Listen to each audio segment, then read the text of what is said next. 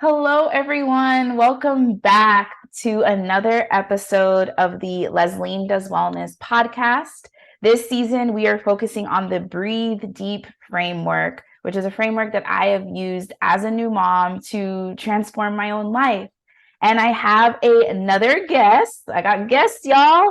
And this guest, I met her on LinkedIn. So it is, if you're not watching and you're just listening, it is Jennifer. She is Jennifer. She is going to introduce herself and then we'll get into it. So take it away, Jennifer.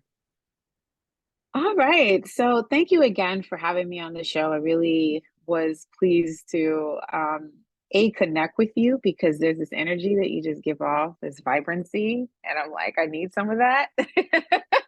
But also it just gives me an opportunity, obviously, to talk a little bit more about what I do, which I love. So my name is Jennifer Benoit, and I am a maternal mental health therapist, coach, consultant, etc. So what I do is I work with moms in various capacities to help them to feel more connected to themselves. I like to say come home to themselves, um, to minimize some of the clinical symptoms that they might be experiencing around anxiety, depression, etc. I also support moms through the things that they're confronted with when they become a mom, all of the trauma that sometimes comes up as a result, right? The things that we're now forced to confront. And so, yeah, I work in various capacities, but I'm sure we'll get more into that. Yes, that is a wonderful introduction. So you see, we got somebody with a lot of credentials, y'all, and I like to bring people on. I appreciate you, Jennifer, for saying like you feel the energy that I bring, and I see what you're doing on LinkedIn, and it is incredible. And I didn't know it was that you were that focused on maternal mental health, which Mhm. it's something that we need more of that. So I really appreciate that you're like, this is what I'm committing to. And I love that you said you like to help moms connect to themselves, like come back to Mhm. themselves. Can you Mhm. like go more into that? Like what does that mean? Yeah. I It's interesting. I worked with moms before I became a mom. I was with Healthy Start. And so I would provide a curriculum, like an evidence-based curriculum to help moms who had basically scored high on what's called the Edinburgh scale. And they showed symptoms of depression, right? And so I would essentially help them to reduce their symptoms of depression and just feel a little bit more like themselves. But as impactful as the work was, it wasn't until I became a mom and had lived experience behind the things that I had talked about, that I was like, oh, I get Yes. it. Yes. I get it now. So, with all the training, all the education behind me, I still was not prepared when I became a mom for Mm. just the ways that I didn't feel connected the same way to who I was before. Mm.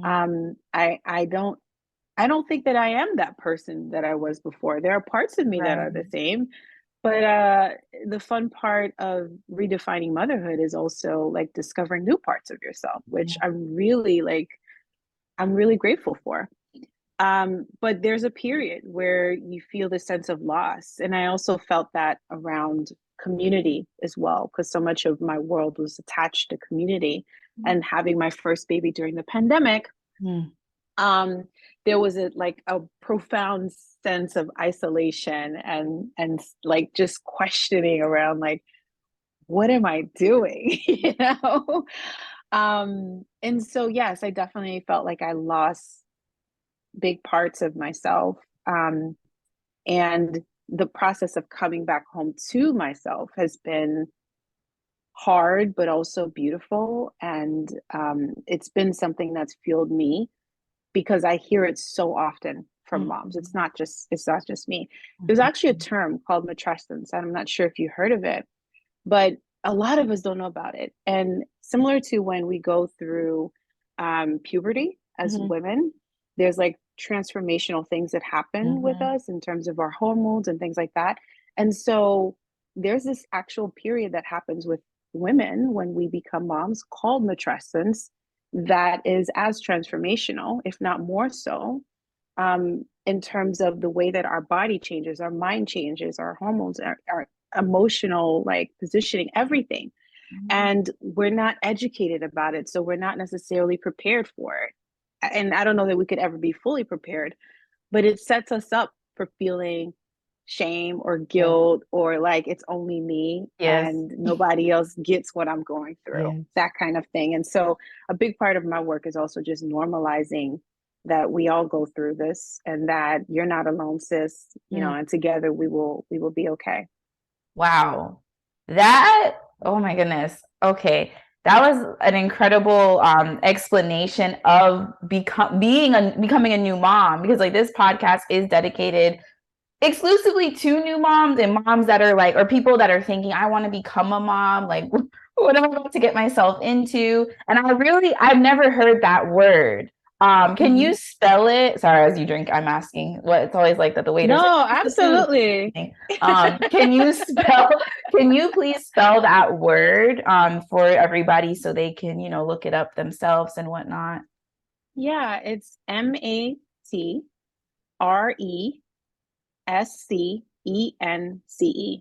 I'm actually going to write about this. Like I started a blog article that I've never finished, but I'm going to write about this in depth because so many people, like every time I mention it, people are like, what's that? I've never heard of it. Yeah. And we need to know. We need to know exactly what we're setting ourselves up for.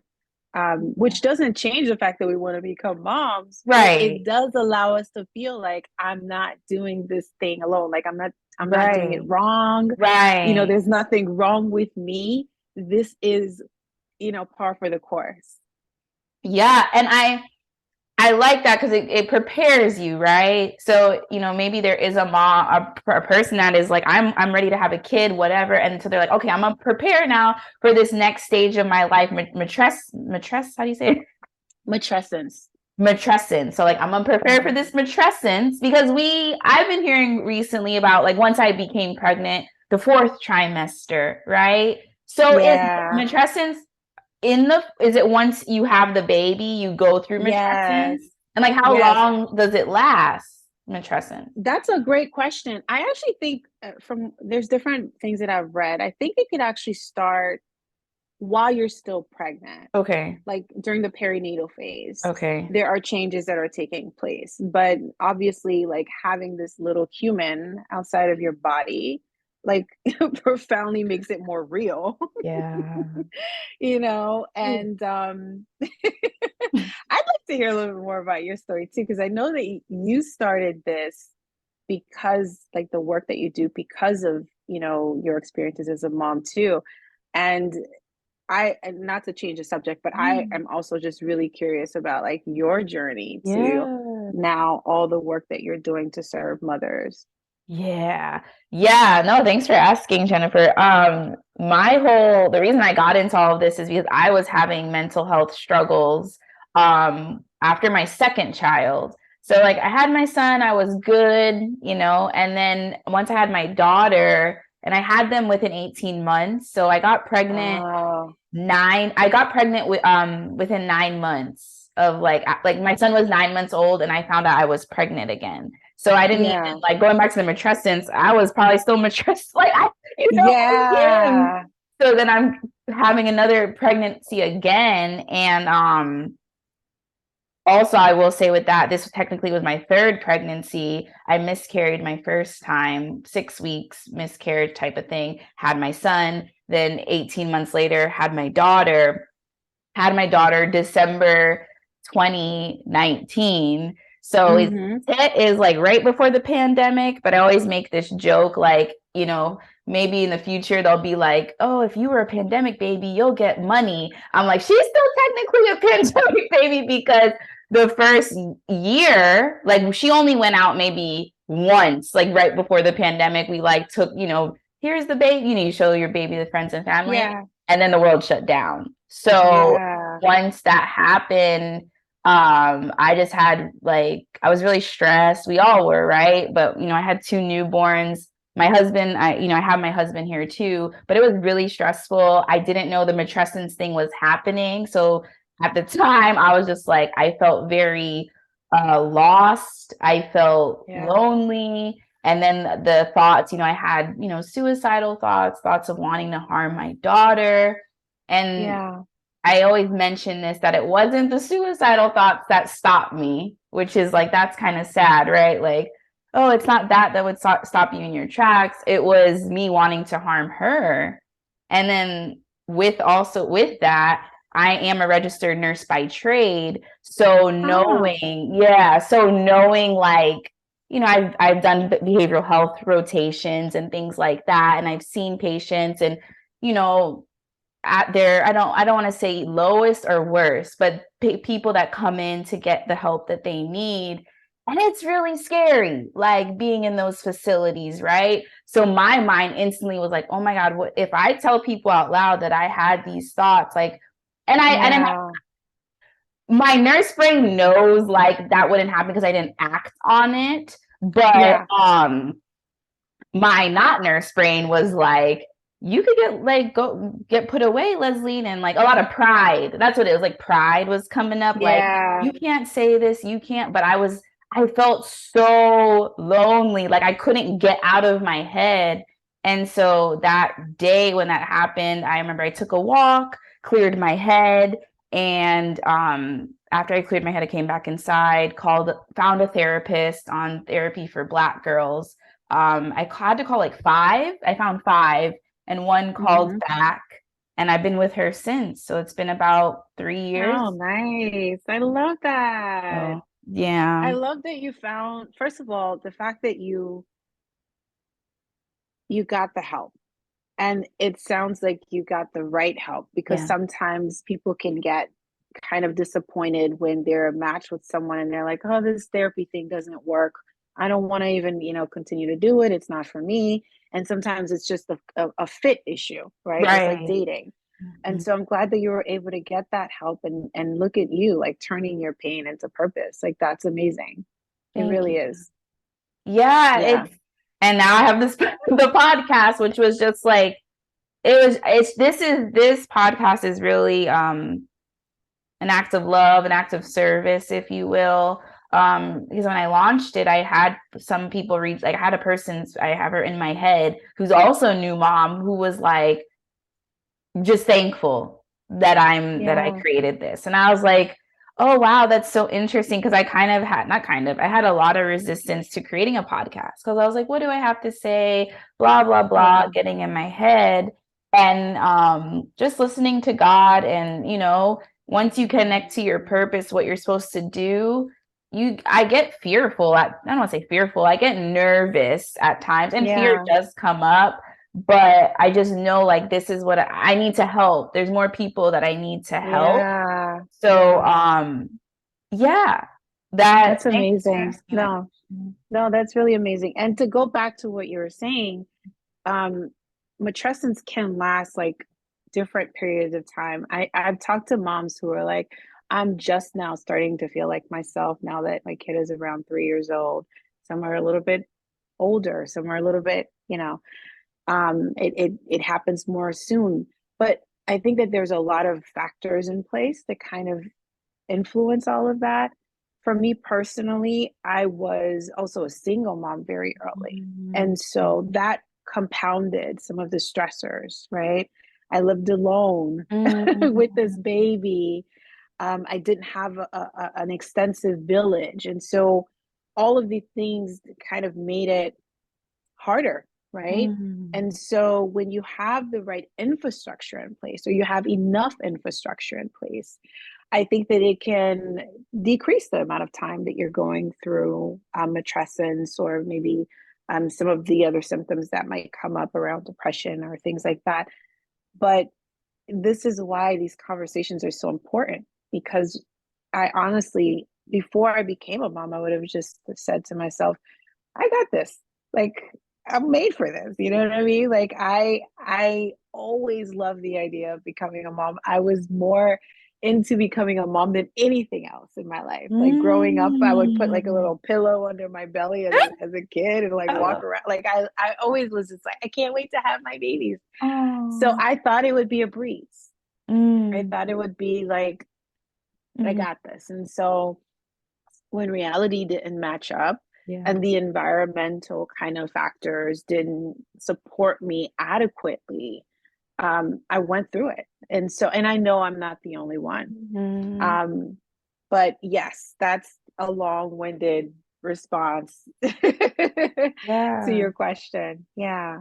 That is, I like, I, the 3 years, going back to what you said with, some moms will tell you, yeah, once the kid turned about 3, then I started coming Mm-hmm. back up for breath. I will admit Mm-hmm. to that as well. It was 3 years old for me as well. It was around 3 years old. And I remember when both of them were born, me and my husband kind of looked at each other like, when do we get out of this? And Yeah. my husband be on like Reddit, so he'd be like deep in these Reddit threads, and he was like, I read one place on. He was like, yeah. So he's always like looking stuff up, and he was like, yeah, I read one Reddit thread that said like once they get 4 years old, like we're really in the clear.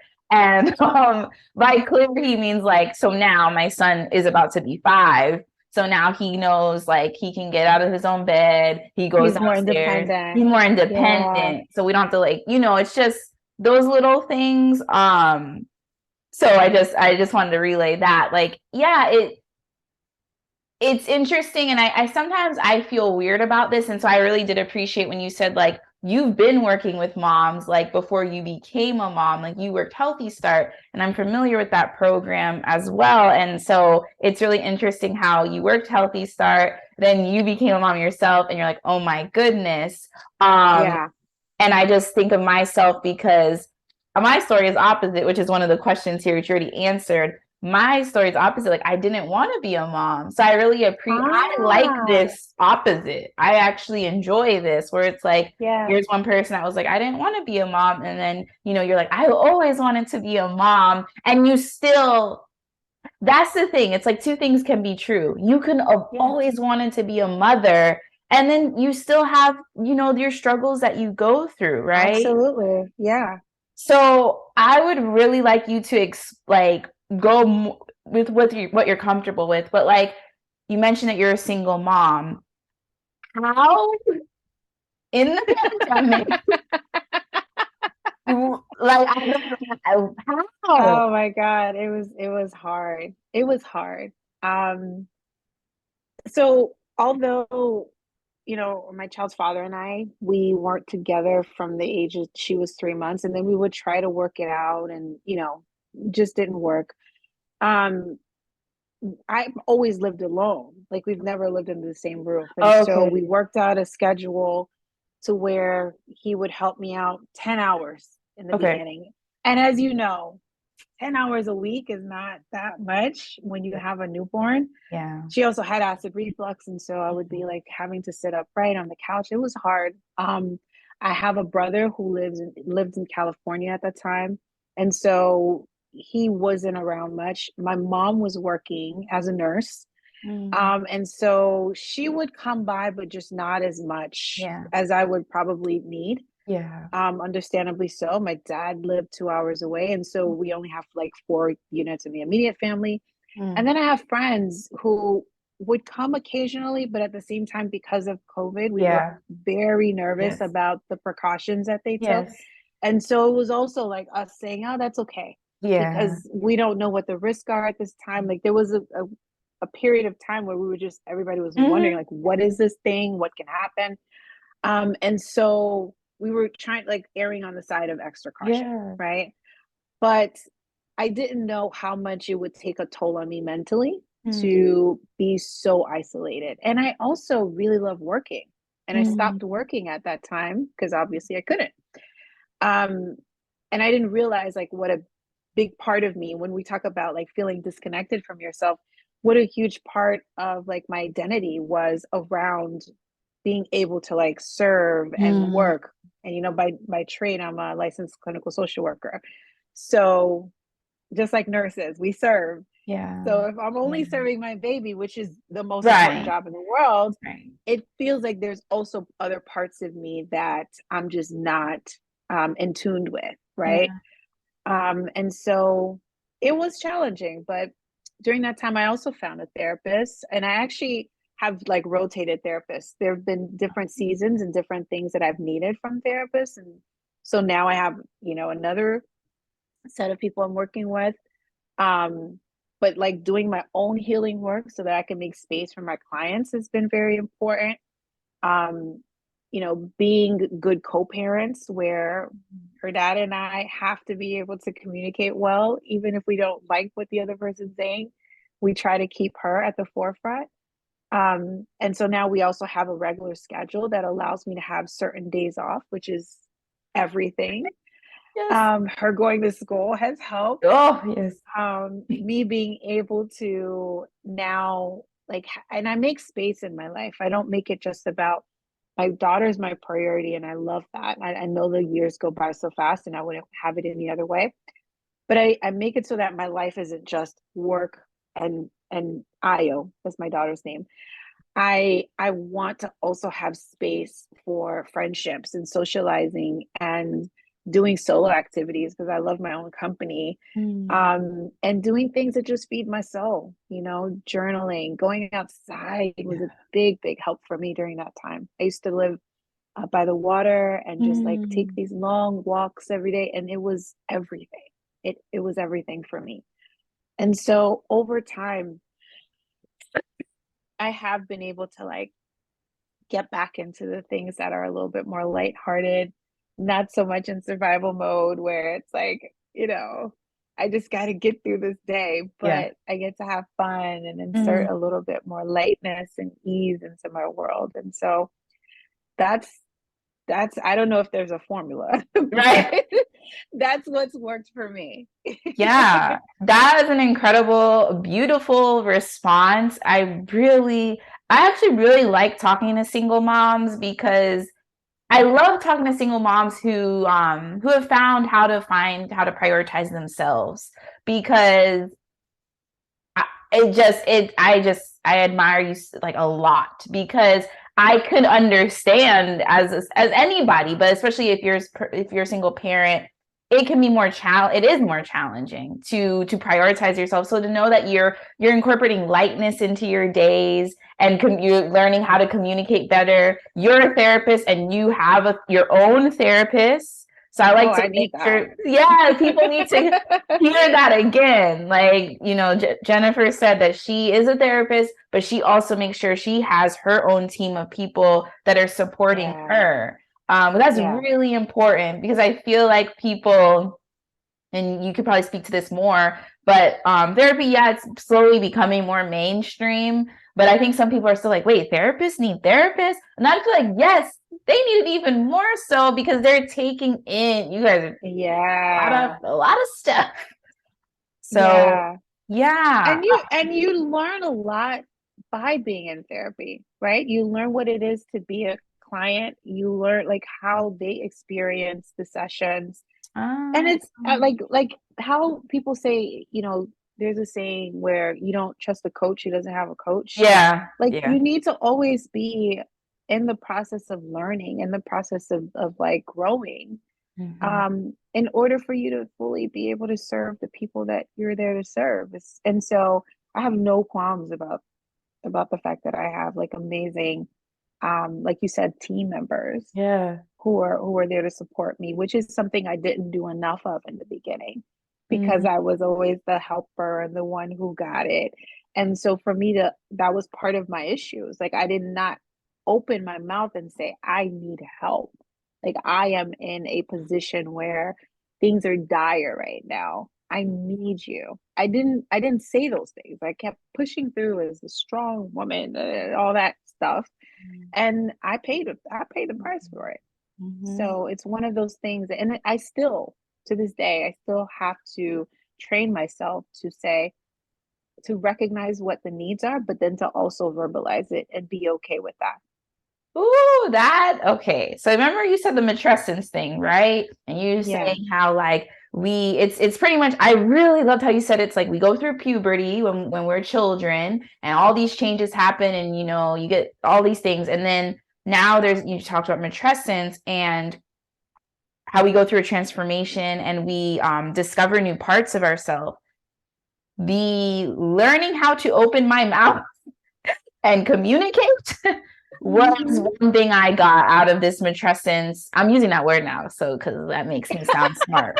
But I'm gonna put this back to one of my friends who's always like super smart with me. I'll be like, I know what matrescence means, and she probably will listen to this and start laughing. But communicating, I have learned how to communicate.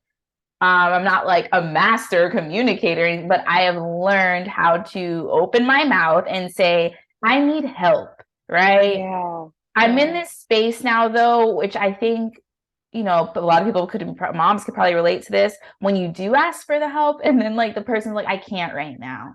And then you're like, shoot, like, what am I supposed to do? Like, I wanted to go to this thing, or I wanted to X, Y, and Z. So can you go more into like those feelings of pretty much feeling rejected? That is, girl. That right there. I know this is not the list, but I just want to. Good. This is good. This is good. This is the fear that we have, right? That keeps us from acknowledging that we need people to help us, and it keeps us from taking off that cape. Oftentimes, I'll hear people say, "I don't want to ask for help because I know they're going to say no." Like we're already anticipating the worst to protect ourselves in some kind of way. And so some of the work for us, you know, I'm sure there's some roots in childhood stuff that bleeds into our responses. But some of our work is around like depersonalizing it. Like if a person cannot help you, it doesn't mean they don't want to be there for you, they don't love you, they don't care about you, they don't prioritize you. It just means that at this moment they just can't help you. And so it's the narrative that we tell ourselves about why people are not there, and even generalizing it to be like, oh, they're, you know, no one is there for me and I can't depend on anyone, I gotta do it. And so it's deconstructing the stories that we tell ourselves, right? And allowing and giving those people grace, but also giving ourselves grace because of the fact that we are human and we can't do it all. And so I say that because and I talked about this a little bit on social media, but there's work that we have to do around like leaning into our softness. And some of that is like, you know what? I get it. You do have a lot on your plate as well. Because a lot of times we'll see a lot of the things that we're going through and we don't recognize that other people have a lot of things going on with them as well. And just holding space for that person too, in the midst of our own stuff. Knowing that it'll come back around. There will be a time when you ask and they will say yes, or they have said yes in the past. Right. You know, and we forget that. And so I think it's important that we recognize where that core belief around we're going to be rejected, or that sense that we're being rejected, comes from, so that we can retell the story. I like that. And I like how you especially pointed out, remember the time that they did help you, because there's a reason that you're reaching out to this person again, because there was a time where before. I've never thought of it like that, to be honest with you. I normally like, man, and then, you know, go into this whole like doom thing in my head. But I appreciate you breaking that down, because it's really important on this podcast that I share with moms like practical ways of, one, asking for help, because you have to ask for help. You have to have a community, which that's what I want to get into next. You have to have a community, if that be virtually, in person. You have to have some kind of support so that you do not burn yourself out. Because one of my biggest, I don't know if this is a soapbox, whatever you want to call it, is we become a mom and then we're like, our head is down until the kid is 18. We're like, okay, once he goes to college, then I'll be able to go on the vacation and do this and that. And I hate to break it to you, and, you know, we got a therapist here who could speak more onto this, but that's probably not going to happen, because you 18 years plus of your life, you were so focused on your child that you don't know how to take care of yourself. And then you're playing catch up, learning like, what do I want? What do I like outside of my kids? So I feel like it's so important, like moms that have kids newborn to 5, that you really, it is challenging, but you really figure out what you need outside of your kids, because you and your family will be way better for it. Oh, absolutely. Absolutely.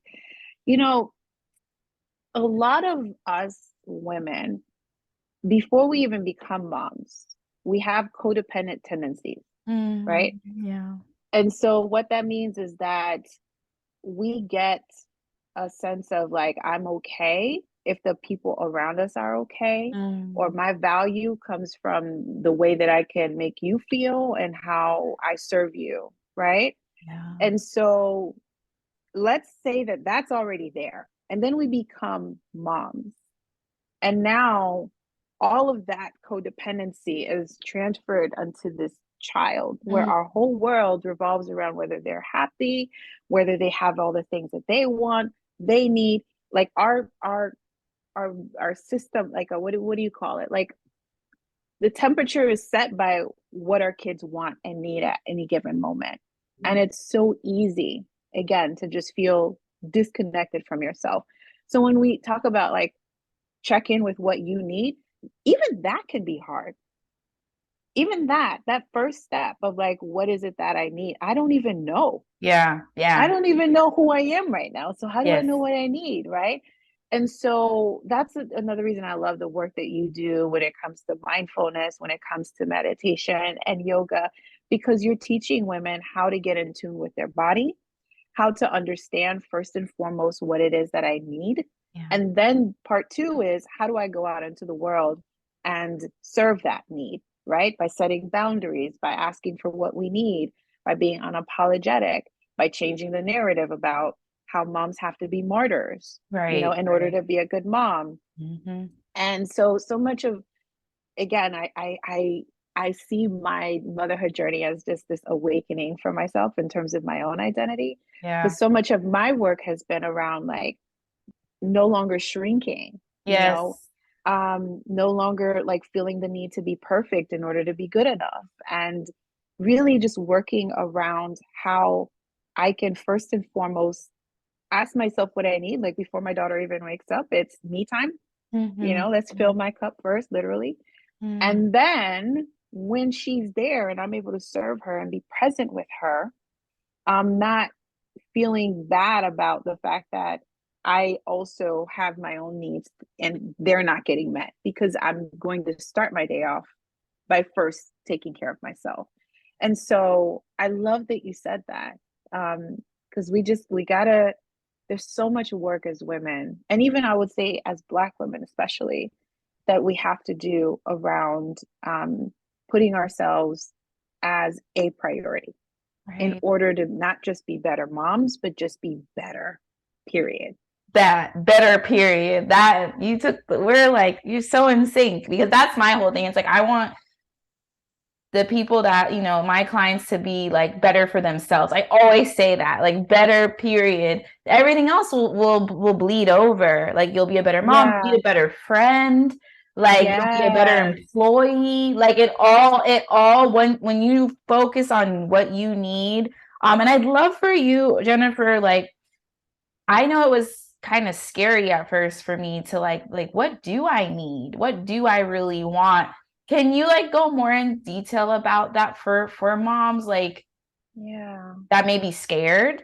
Because like I know maybe it's like you're scared that, I don't know. Can you just go more in detail about like how we can delve more into our own needs? Like which you kind of already said the first step, but can you go more detail? I love that you use the word scared. Can I say that again? I love that you said that, because there is a lot of fear around being quiet and being still and getting to know ourselves on that level. We don't know what's going to come up.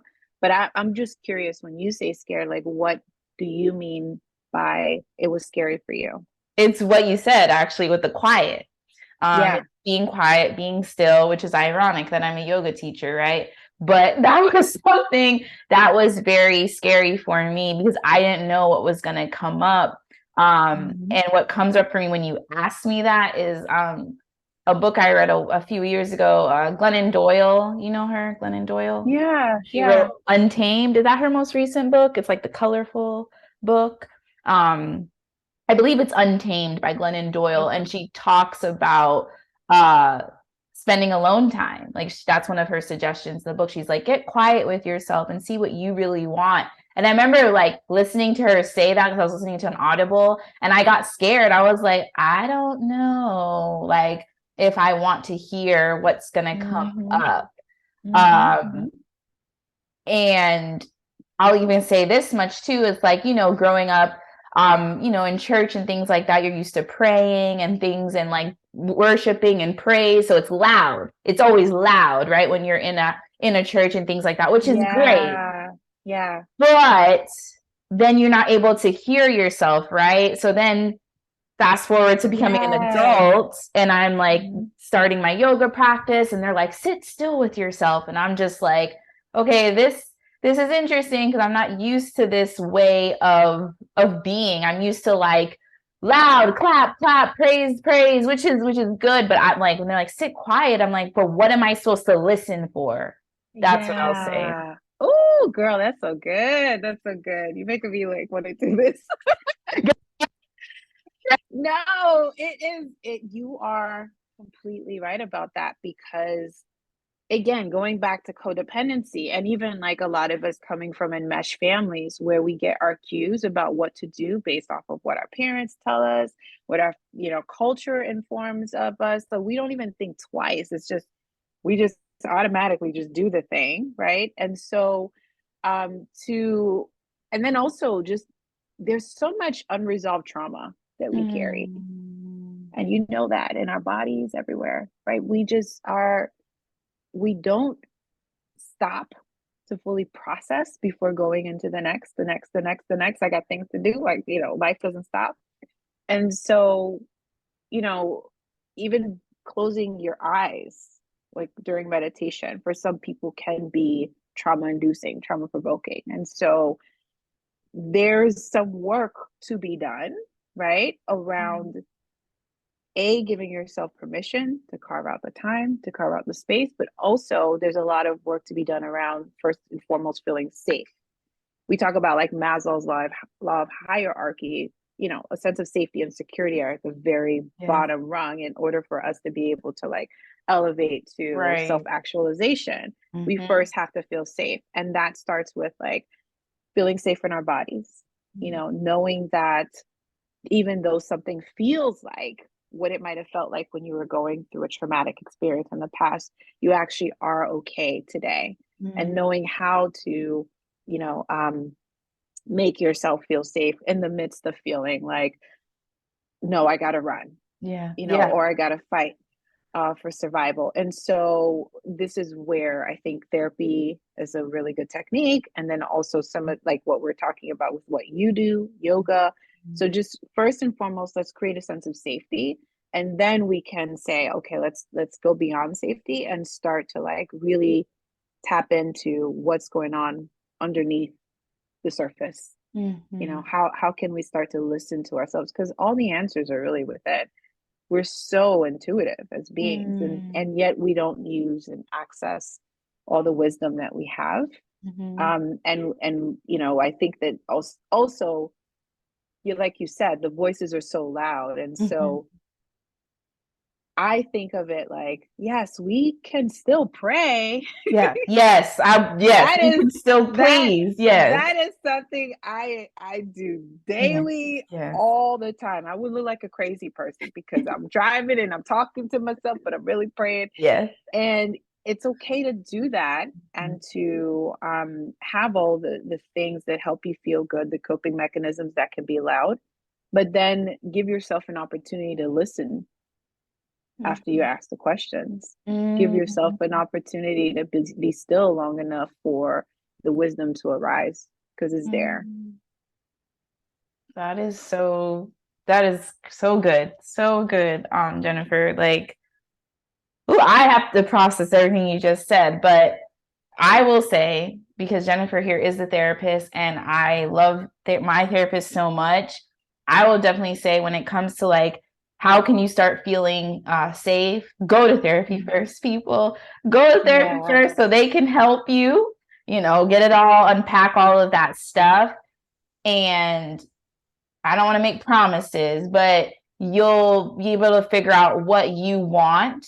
And I also want to say here, we're going to wrap up in a little bit. I also want to say here in the beginning, Jennifer mentioned she does have her own therapist and she's actually went through a few. So can you explain like how did you know? Because this whole episode is dedicated like taking your time on your healing journey as a new mom, like and all of that. How did you know like, okay, I need to switch to a new therapist? Yeah, that's a good question.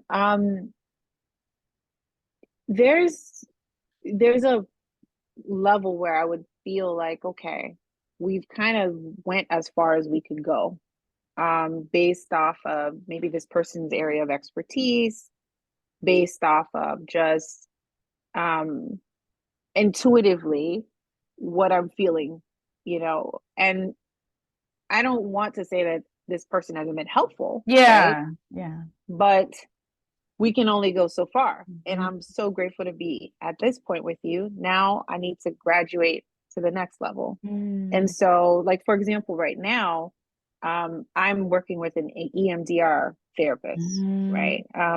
I don't know if the audience is familiar with Say it, yeah. the eye movement, rapid, like, what is the S stand for? I gotta look that up. Um, but essentially, it's helping me to process my own trauma, Mm. and to be able to reprocess actually my own trauma. And so I wouldn't have been able to be here in the very beginning where I was just trying to survive and I needed a place to vent and I needed some level of understanding around all of the various circumstances that I was in at that point. I needed a person to remind me to go slow. I remember that first therapist, she was an art therapist, and she was all about like, why don't you do these small things to just remember that life is fun again? And so she Mm. would tell me, like, put lotion on very slowly, take 10 minutes to put the lotion on, feel the way it feels against your skin. What does it smell like? What does every part of your body feel? And like, those were things I needed to be reminded of because I was just go, go, go, go, go. Baby needs this. Da, da, da, and I did not time to really even enjoy the process. Mhm. And so that's what I needed at that point. So yeah, with every level, I just feel like there's signs that you're ready to ascend. Yeah, no, and that's helpful for me. And I've been hearing about the EMDR, from various people, and that is good because, as I mentioned, therapy is becoming more mainstream. But we Mm-hmm. all need to know there are different types of therapy that you can use at different seasons of life, right? And I think Jennifer also mentioned this, like you you can outgrow the therapist, and it's not that the therapist like doesn't know what they're doing. It's just like you use them for their level of expertise. So then now, as you're ascending on your level of awareness, you find somebody else, but it's not like, oh, you're going to talk crap about the previous Yeah. person. Like, it has Yeah. nothing to do with them. It's just you have to figure out what do you need. So I really appreciate that you shared that, you're now doing EMDR, which is a different type of therapy, but it like is more I know it's like you said, the eye movement and stuff like that. So Yeah. knowing that there is various types of therapy and it's not a one size fits all, and therapy is not just like Jennifer also said, venting to a person. Like that's one type, but there's all these different types of therapy that you can do. So, as we close, Jennifer, is there anything else you want to say before you tell people like where they can find you on social media? What do I want to say? Um, so I know that in the beginning, as moms, we try to do all the right things, quote unquote. Um, and I know that it feels overwhelming at times, but I want to remind you that the logistical stuff will be worked out. Mm. You will be able to figure it out with time using your intuition, using, what wisdom has been passed down familially, through culture, through, you learn from that, you learn from Google, you learn from books, you learn from, podcasts, all of that. We have an infinite amount of resources available to us to learn, right? But what I want to encourage moms to do on their journey is to really use this as an opportunity to grow and to expand, not to shrink, where we say, now I can't do this and I can't do that. But think of motherhood as your superpower and Mm. all the ways that you can evolve because of this. And I'll just share personally, I don't know where I would be right now in my life if it wasn't for becoming a mom. As hard as it's also been the best thing to ever happen to me, to force me to go beyond my comfort zone and confront the things inside of me that were just dormant, you Mhm. know, because I want to be a better human being for her. I want to break generational patterns. I want to be my fully self-expressed self, as a model for her, Yeah. a young Black girl growing up in the world. And so much of what I do is because I want to be the best version of myself for me and also for my daughter, who's Yeah. very much looking at me. And so, as hard as it is, and I know that we want to get it all right, we'll figure it Mm. out. But first and foremost, do the work for you, take care of you, and all the rest will get figured out. Mm. That's beautiful. That is, oh man. I can't wait to listen to this as I, edit everything because that was really beautiful, Jennifer. Thank Thank you. you so much, like, for just sharing. You shared so much, like, such incredible information.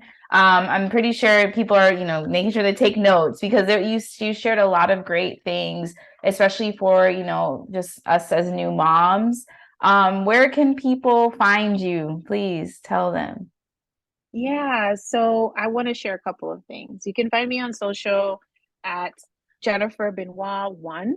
That's my Instagram handle. So that's JenniferBenoit 1. There's a couple of other places you can find me on the web. So I have my therapy practice, which is called Mindful Strategies, and I'm licensed in 6 states. So you can find me at if you're in Oklahoma, Ohio, Kentucky, Michigan, Connecticut, and Florida. Oh, I can see you, right? Because it's okay. all virtual. Yeah. And then on the other side, with my coaching practice, you can find me over at Jennifer-Benoit.com. And so that's a place where I'm doing a lot. I am providing consulting for therapists who are trying to start their own practice and want to figure out like what are the go-to things in a consultation call. I'm providing coaching for clients. I will be starting a group Oh, very soon because I think community is everything. And so I'm in the process of building that. And then I also have like courses and things like that coming up. And so I have a lot in the works, but I would encourage people to join my email list so that you can stay tuned to all the things that are going on and just become a part of the community that I hope to continue to grow and grow and grow and grow so yeah, that we can support each other and pay it forward. 100%. And how can people get on your email list? Like on your website? Yeah, on both websites. So Mindful Strategies, which is the therapy practice, there's, somewhere you can opt in, and then there's another email opt-in for Jennifer Dash Benoit.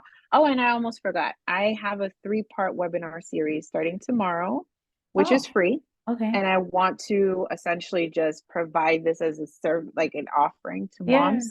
The first one is called Mothering the Mother, Mm. and we're talking about essential self-care practices. And we have 2 more webinars coming up back-to-back weeks. But if you guys get on the mailing list, then all of that information will be shared.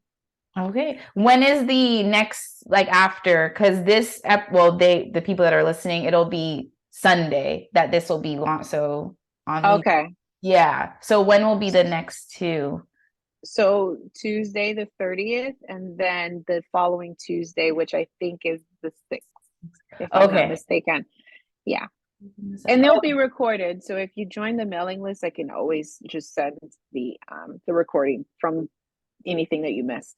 Awesome. Wonderful.